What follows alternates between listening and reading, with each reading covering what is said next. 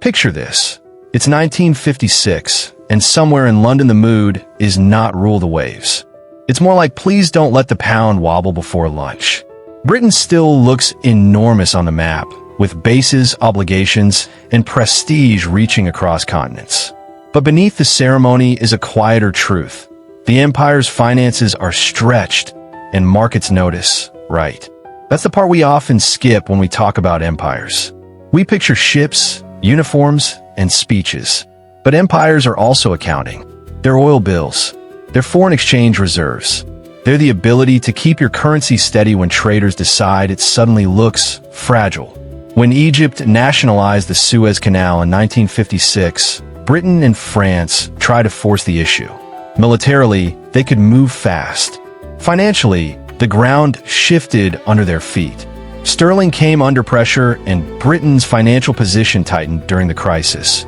U.S. financial leverage mattered, including the possibility of actions that would have further pressured the pound. In plain terms, Britain discovered that geopolitics has a credit limit, and Suez didn't happen in a vacuum. After World War II, Britain's public debt had climbed to extraordinary levels, peaking in the mid-200% range of GDP in historical estimates. High debt doesn't automatically end a country's influence, but it narrows your choices. Every emergency costs more, and every overseas commitment becomes harder to sustain without someone else's patience. Historians debate what the British Empire's final mistake really was. Some treat Suez as the symbol. Others point to the broader pattern, trying to keep a worldwide role while the economic base shifted and assuming prestige could substitute for solvency. Either way, the thread is simple. Britain wasn't defeated in one cinematic battle. It ran into limits, and those limits showed up first in financing. So why bring this up in 2026 on a finance channel? Because if you zoom out, you can spot a familiar tension in the United States. Not in a history repeats exactly way, but in the history rhymes way. America is still central to global finance, and the dollar still plays a special role. But the U.S. is also carrying a very large debt load. Federal debt held by the public has been around the high 90% of GDP recently, and official budget projections show it rising further over time. And then there's the plot twist that isn't a plot twist at all: interest. In fiscal year 2025, net interest costs were reported around $1 trillion, and the trend has continued rising into fiscal year 2026. Interest is different from almost everything else in the budget because it buys you nothing new. It's the price tag on yesterday, due on a schedule, whether the year is calm or chaotic. Here's the question that raises the stakes without needing partisan drama. What happens to freedom of action when the easy parts of the budget are already spoken for? When big programs have political gravity? When security commitments feel sticky? When investors start caring more about arithmetic than speeches? Do you get to choose your strategy? Or does the bond market start choosing it for you? This isn't a doom story, and it's not a prediction on a calendar. The U.S. is not Britain in 1956. America has advantages Britain didn't: a huge continental economy, deep capital markets, and an entrenched global currency. But special roles come with special temptations. If the world wants your currency and your government debt, it's easy to assume the funding will always be there, and that hard trade-offs can wait until later.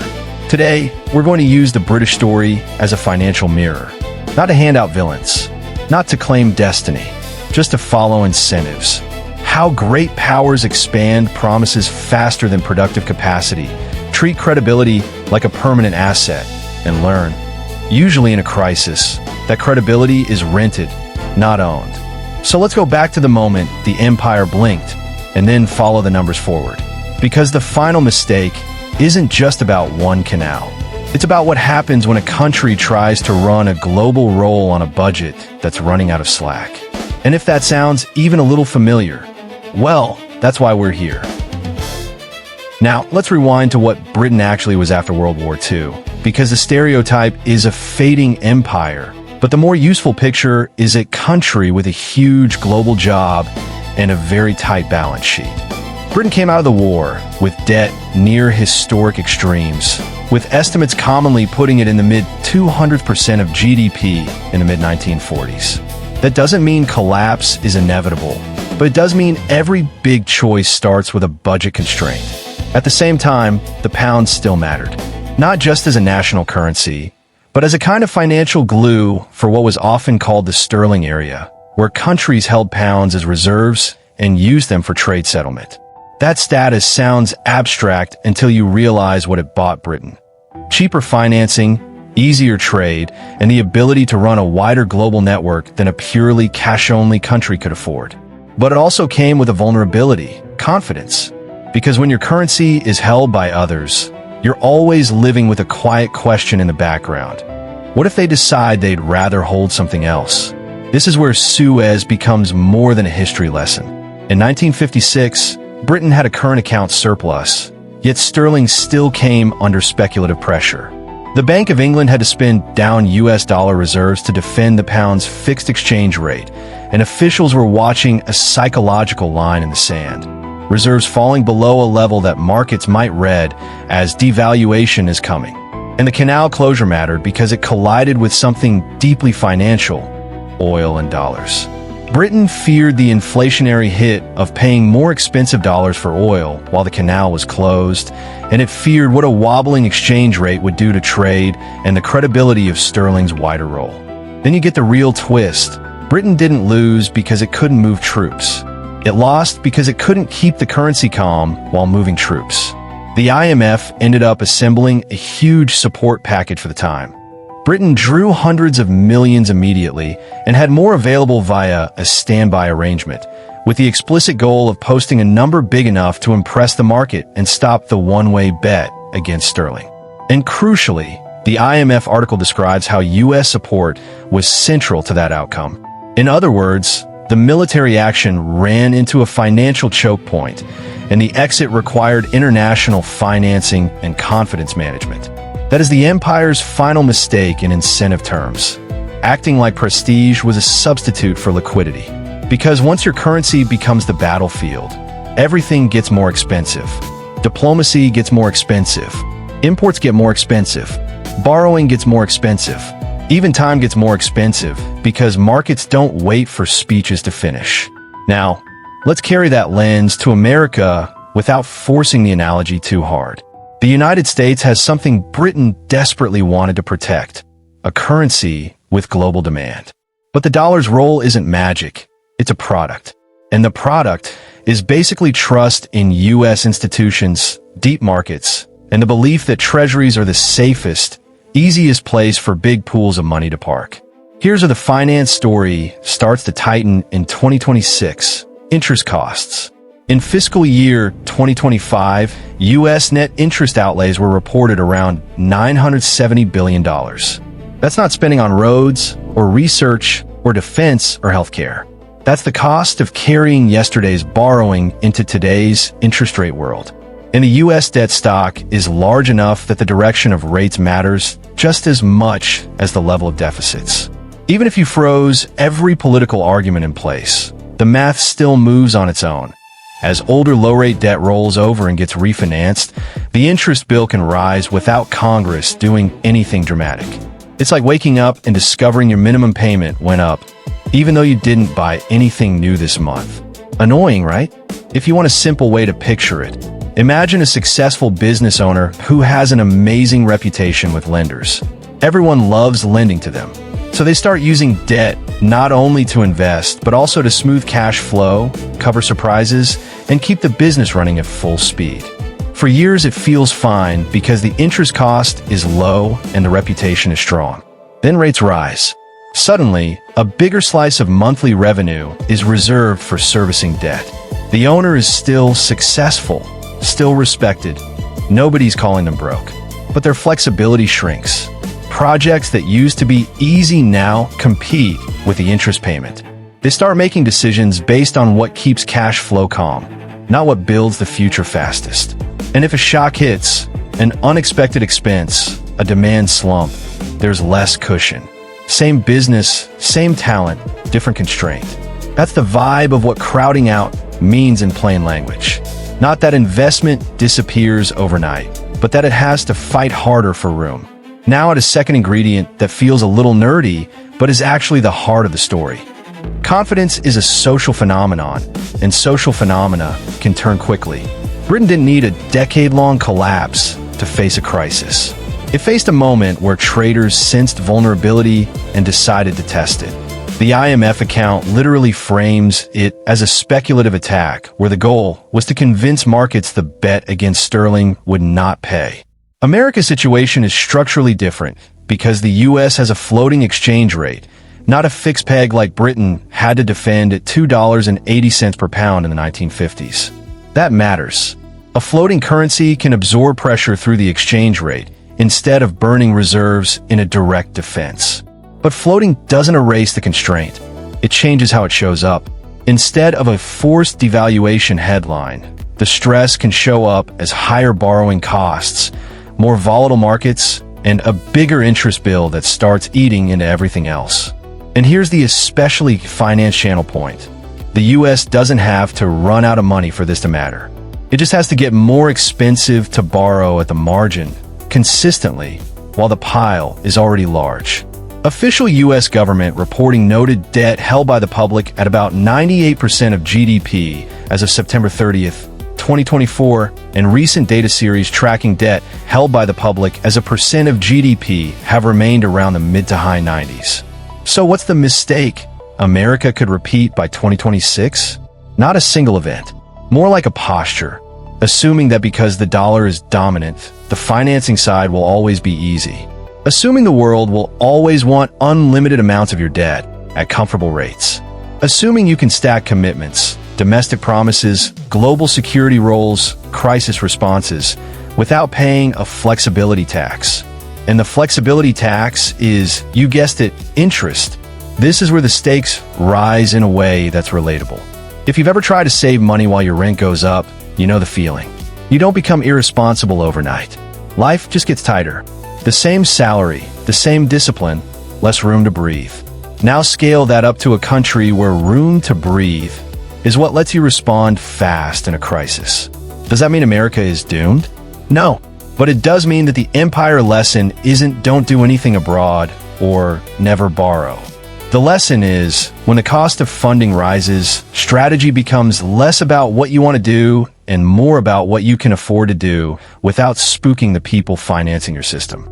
And here's the quietly uncomfortable ending to this middle chapter. Markets don't need to hate you to discipline you. They just need better alternatives or higher compensation for risk or even just uncertainty. Britain didn't lose its place because everyone suddenly disliked Britain. It lost because the math and the incentives changed faster than its self-image did. So as we move toward the conclusion, keep one question in your pocket. If the most powerful advantage America has is financial credibility, what happens if the budget becomes the main battlefield for credibility? Long before any battlefield is? So here's the ending I want you to sit with, because it's the part that doesn't fit on a poster. Britain didn't wake up one morning and announce, "We're done being an empire." It drifted into a world where the cost of staying in charge rose faster than the benefits of looking in charge. And when the bill arrived in a moment of stress, it wasn't paid with bravery. It was paid with credibility, reserves, and the willingness of other people to keep financing your choices. That's why Suez still matters as a finance story. It's the moment Britain learned that power is not just ships and speeches. Power is what happens when the world decides to test your balance sheet. It's what happens when markets stop applauding your role and start pricing your risk. Now, take that lesson and bring it back to the present without turning it into melodrama. The United States isn't Britain, and the world isn't the 1950s. America has advantages Britain didn't. Scale, geography, deep markets, and a currency that still sits at the center of global finance. But the trap isn't America will collapse. The trap is subtler. America can stay dominant and still become less free. Less free to respond quickly. Less free to absorb shocks without pain. Less free to fund new priorities because more of the budget is already promised to old ones. Less free to take strategic risks because the financial system is already running hot. And if that sounds abstract, try this thought experiment. Imagine your monthly income is strong. Everyone trusts you. Your bank happily offers you credit. For years, you've been able to handle life surprises, repairs, family needs, opportunities that pop up. But then your fixed payments start rising. Not because you did something reckless last week, but because the world changed around you. Interest rates shift, refinancing costs more, and suddenly that flexible life becomes a tight life. You still look successful from the outside, but on the inside, your choices are narrower. Your stress threshold is lower. Every surprise feels bigger. You start saying not now to things that would have been easy before. That's what happens to countries too. Not instantly, not dramatically, but quietly. And here's the controversial statement I promised, and I mean it in the most non-dramatic, incentives-first way possible. The real superpower isn't a flag, or a fleet, or even a famous currency. The real superpower is slack. And most great powers lose it long before they lose anything else. That's a spicy claim because it flips the usual story. We love the idea that power is about strength, pride, and will. But history keeps whispering the same uncomfortable message. When a margin disappears, the world starts moving you instead of you moving the world. Slack is what lets you borrow cheaply in a crisis without panic. Slack is what lets you invest in the future without fighting yesterday's bills. Slack is what lets you make long-term decisions while everyone else is stuck playing defense. And the reason this matters in 2026 isn't because anyone should root for failure or cheer for chaos. It's because the financial structure is becoming more important than the political theater. When interest costs rise and debt piles up, the story becomes less about what leaders want and more about what the system can sustain without triggering a confidence problem. Not because markets are evil. Markets are just crowds with calculators. They don't have to hate you to discipline you. They just need to believe you have fewer options. So what would repeating Britain's mistake actually look like in American terms? It wouldn't be one single event that makes the documentary voice drop into a whisper. It would be a pattern of treating financial credibility as permanent. A habit of stacking commitments without building buffers. A culture of assuming the dollar's special role automatically erases trade-offs. And if historians debate Britain's final mistake, they'd probably debate America's too.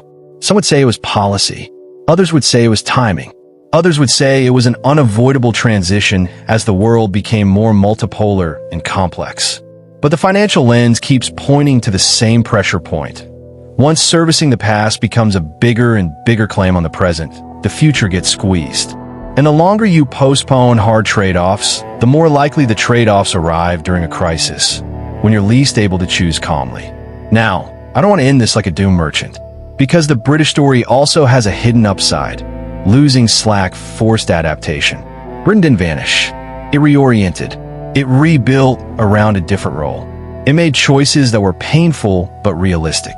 And America has options too. Not magic options, but real ones. Building productivity, investing in the foundations of growth, reducing waste, improving the efficiency of public spending, and avoiding the easy temptation to treat every moment as an emergency that justifies permanent costs. The finance takeaway is simple and very unglamorous. Credibility is maintained by boring decisions made consistently. The world trusts you not because you're loud, but because you're predictable. Not because you're perfect, but because you're solvent enough to handle bad luck. So here's the last question to leave hanging in the air like a movie scene that cuts to black before the answer. If the greatest advantage America has is that the world still believes in the dollar and in U.S. institutions, what choices preserve that belief when the math gets tighter? And what choices slowly, quietly, make that belief more conditional? Now I want to pull you into the conversation because this topic isn't just big history. It's personal finance and national clothing. Have you felt this idea of shrinking flexibility in your own life? Maybe it was rising prices. Maybe it was a loan payment that got heavier. Maybe it was the feeling that even when you're working hard, there's less room to breathe than there used to be. Drop a comment with what that's looked like for you, in plain language. No jargon, just your experience. I read the comments, and I'll reach out and respond to a bunch of them. Because the most interesting part of finance is how it shows up in real lives, not just charts. And if you want to keep going with this series, tell me what you'd like next.